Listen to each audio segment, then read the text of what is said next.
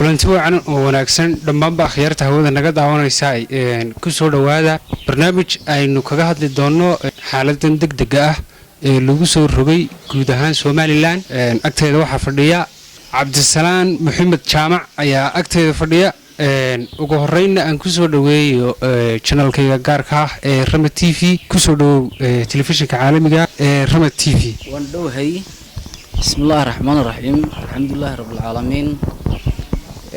warta xaalad degdeg way jirtaa oo marka la yiraahdo dadku sida wax loogu sheegay iyo sida kale ay maanta ay wax yihiin laba farqo kala duwan bay noqonaysaa. dadkii waxaad moodaysaa in la yiri ha soo bixina guriyahana ku xirooda raashinadiina iyo wixiina halkaasi ku xiraysta. dibadeed dhowrkii habeenay ugu dambeeyay suuq waxa dhacay in jaam fara badan uu ka jiro. dadkiina ay mar walba qof waliba wixii uu karayay iibsaday oo inuu sixiraynayo aad moodaysaa. takala xanuunada adduunka way jiraan oo meel ayna jirin ma jiro, laakiin qaabka ay ku faafayaan iyo nidaamkaasi horta inta dadka wax looga sheego oo ay fahmeen ba fiican. markastoo ay timaado dhibaatana ilaahay wuxuu yiri quraanka ku noqda oo gacmaha ii taaga oo aniga ay barya. cid xanuunka keenta waa Allah, cid qaadistiisa iyo cafiskiisa iyo caafimaadka ba hayaana waa ilaahay. marka waxa fiican dadkeenii hore markay wax cusub u yimaado oo aan hore u jireen iyaguna cilmiga iyo aqoonta maanta halka ay taagan tahay aanay taagnayn, haddana dadkaasi dad mar walba xagga ilaahay u yaaco cibaadada iyo xuska Allah inuu ilaahay ka dulqaadi karo waxan aaminsan ay ahaayeen. marka aanu dadka waxaan ku oran lahaa war ilaahay isaga xanuunka iyo cudurka ba hayee iyo caafimaadka bay waxaad isku daydan bal Allah ku noqdo oo wuxuu ilaahay ku qadaray waad ku dhimanaysaa. haddii inuu ilaahay sidoo nafta kaaga qaadayo uu ku sheegayo wuxuuna qadarkuna waa wax qoran, laakiin taxadirku wuxuu fiican yahay. laakiin marka dadkii ay wada xoroodaan inaan qaadi karin ba walaal jirto oo guryaha ku sugan. طبعا runta iyadoo aynu la socono waqtiga iyo duruufaha Soomaaliland ku kadaaman sanadihii u dambeeyay, haddana bal halkaasi aynu aad u sii yar bayaamino dawlayaashana aanu jilcino. afartaas dobaad saameyn intee leeg bay ku yeelanayaan qoysas badan oo ku nool gudaha magaalada Hargeysa, isla markaasina caqabado caynkeeya ayaa soo waajahaya. horta dadkeenani dad wax haysta maaha marka la eego dhammaan sidaynu simannahay. waxaanu ku noolnahay tabta shimbiraha ayaynu u noolnahay oo shimbirtu waxa weeyaan aroortiyada gaajaysan bay soo kacdaa, galabtiina iyadoo dheregsan bay soo rooxdaa oo risiqeega soo heshay. risiqana waxa weeyaan ilaahay baa inoo baneeyay oo masaajida lafteeda ayuu ilaahay yiri bal markaad wax cibaadadiina dhamaysataan si aydan ugu gaajoono in dhibaato uga dhicin masaajidkii oo idan baahi leedin ka dareemin. dhulka ilaahay kala kaco arsaaq doonta dadkuna ma qaadi karaan 2 cisho ama 3 cisho oo uu qofkaasi guriga ka soo bixin ayuuna adkaysi iyo baahi dhaqaale u lahayn una qaadi kareynin.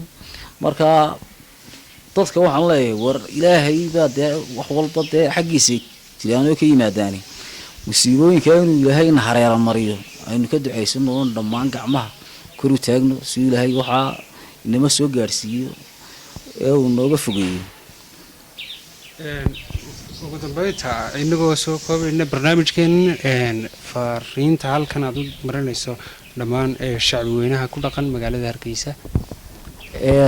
waxaan u marinayaa oo aan u sheegayaa oo dhammaan u sheegayaa waxa weeyaan horta wax walba oo ilaahay keeno waa mid ilaahay qoom ku soo rogay. ilaahayna wuxuu inoo sheegay oo yiri in Allah la yuqayru biqawmin hatta yuqayru illa bi anfusikum. war qoomna ma duleeyno oo dulle kuma dhaco ilaa nafahooga iyagu ay duleeyaan. marka waxa weeyaan inaguna dad muslim ah in boqolkiiba boqol islaam ku dhashay wixii anshax xumo ee diinta islaamka ka soo horjeeda inaynu ka fogaano. wuxuu ilaahay iyo kitaabkiisa iyo rasuulku bayna farayaan inaynu qaadano.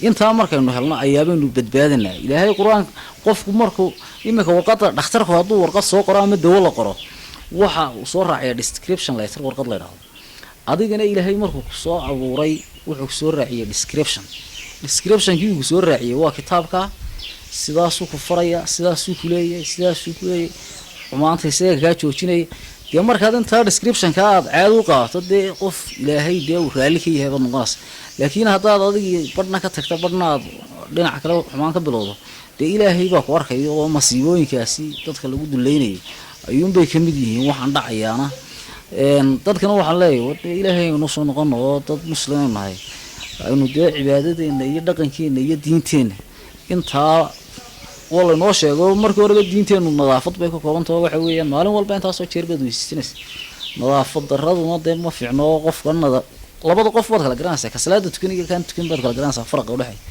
oo nadaafada dee inay dee nus min al-iimaan tahay ayaaba dee halkaasi inooga muuqata marka dhammaan dadka waxaan leeyahay cibaadada alle iyo diinta dadaala oo salaadaha la tukado waxaana ilaahay baan inoo dhaafinayo dib u markayna biidmillah halkaasi daawadayaal waxaynu ugu dhammaaday barnaamijkii yaraa koobnaa ee aanu kaga hadlaynay xaaladii degdega ahayd ee lagu soo rogay guud ahaan somalilan iyo saamaynta ay ku yeelanayso guud ahaan shacabka somalilan barnaamijkan waxaa idinla socodsiinaya anigoo ah mustafa axmed samakaab inta aynu barnaamijkan mid lamida ku kulmi doonno waxaan idinkaga tegayaa sidaas iyo assalaamu calaykum waraxmatullaahi tacaala wabarakaatu aad iyo aad baad umahadsantahay cabdisalaam